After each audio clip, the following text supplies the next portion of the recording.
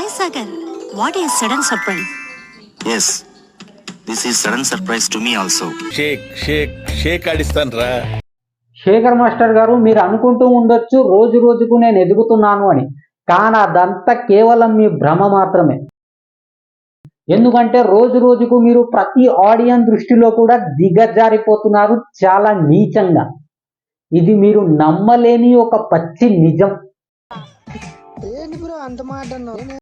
మీరు చేసే కొరియోగ్రఫీ కావచ్చు, మీరిచ్చే ఎంకరేజ్మెంట్ కావచ్చు, ఎక్కడ చూసుకున్నా కూడా మీరు ట్రోల్కి అయితే ఖచ్చితంగా గురవుతున్నారు. అదే మ్యాజిక్. అసలు మీ కొరియోగ్రఫీ చూసుకుంటే ఈ మధ్య చాలా వల్గారిటీగా తయారైంది. ఎందుకంటే మొన్న మిస్టర్ బచ్చన్, నిన్న డాకు మహారాజ్, ఈరోజు రాబిన్ హుడ్. ఒకసారి చూసుకోండి మీరే. మిస్టర్ బచ్చన్లో ఆ పాకెట్లో చేపెట్టి అసలు ఆ స్టెప్ ఏంటి, అందులో మొత్తం వల్గారిటీ ఉంది తప్ప ఎవరికి అక్కడ స్టెప్ కనిపించలేదు, ఒక మూమెంట్ అనేది ఎవరికి కనిపించలేదు. సేమ్ ఇలాగే మనకు పోకిరి మూవీలో కూడా మహేష్ బాబు గారు ఇలియానా బ్యాక్ సైడ్ ఇలా చెయ్యేస్తారు. అది మనకు అందులో స్టెప్ కనిపించింది, ఒక కెమిస్ట్రీ అనేది మనకు కనిపించింది. అది చాలా ఒక్క సెకండ్ అలా వచ్చిపోయినా కూడా అది చాలా బాగా నచ్చింది ఆ టైంలో.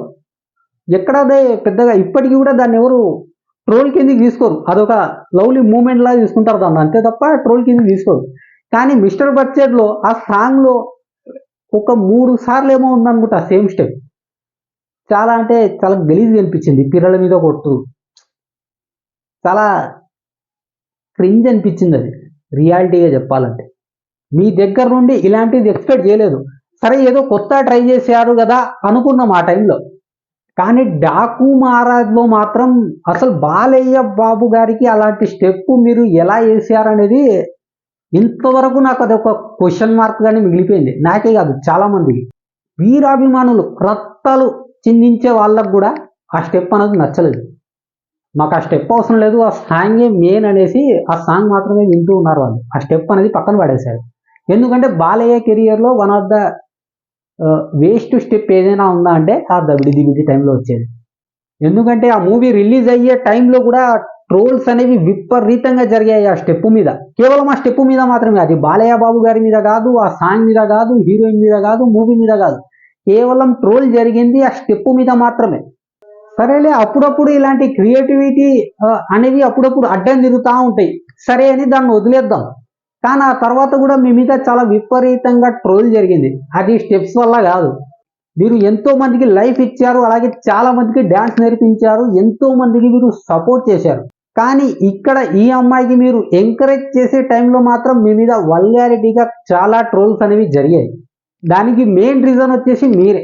మీ మాటలు కావచ్చు, మీ చేష్టలు కావచ్చు, మీ చూపులు కావచ్చు, ఏదైనా కావచ్చు, అది మాత్రం చాలా వల్గారిటీగా ఆడియన్స్లోకి వెళ్ళిపోయింది. మీ మీద దృష్టి అనేది అందరికీ అలాగే ఉంది ఇప్పుడు ప్రెజెంట్. అలాగే ఉన్న టైంలో ఇప్పుడు మీ దగ్గర నుంచి వచ్చిందే ఈ సాంగ్.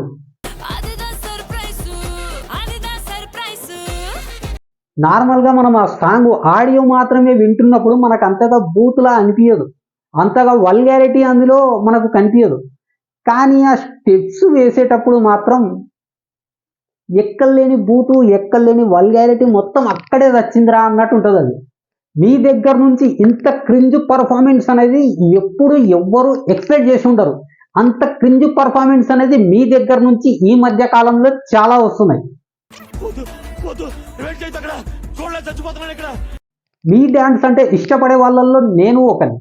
సో నేను కోరుకునేది ఏంటంటే ఇక్కడ నుంచైనా మీ దగ్గర నుంచి ఇలాంటి వల్గారిటీ స్టెప్స్, మాకు బూతును చెప్పకుండా చూపించే స్టెప్లు మాకు వద్దు సార్.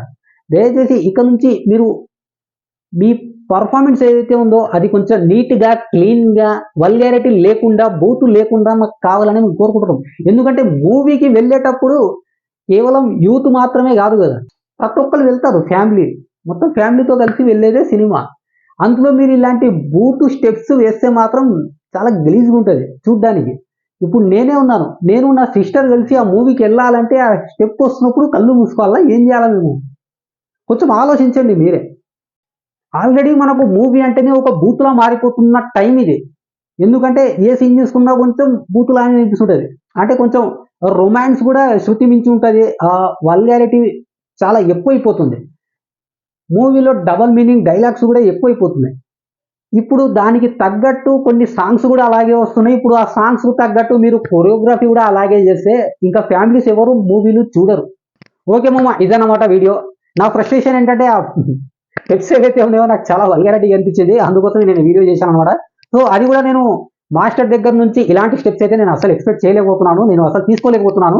నాకు అది చాలా బాధ అనిపించింది, అందుకే ఆ బాధ ఈ వీడియో రూపంలో బయటకు వచ్చిందనమాట.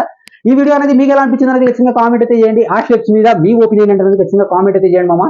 అలాగే వీడియో లైక్ తీసుకోండి, అలాగే మన ఛానల్ సబ్స్క్రైబ్ చేసుకోండి మామ, కొంచెం సపోర్ట్ చేయండి. అదనమాట వీడియో. ఎవరి పని ఆడు దేక్కోండి, నాకు చాలా పని ఉంది, పోయి చదువుకోండి మామ, ఎగ్జామ్స్ టైం దగ్గర పడుతుంది.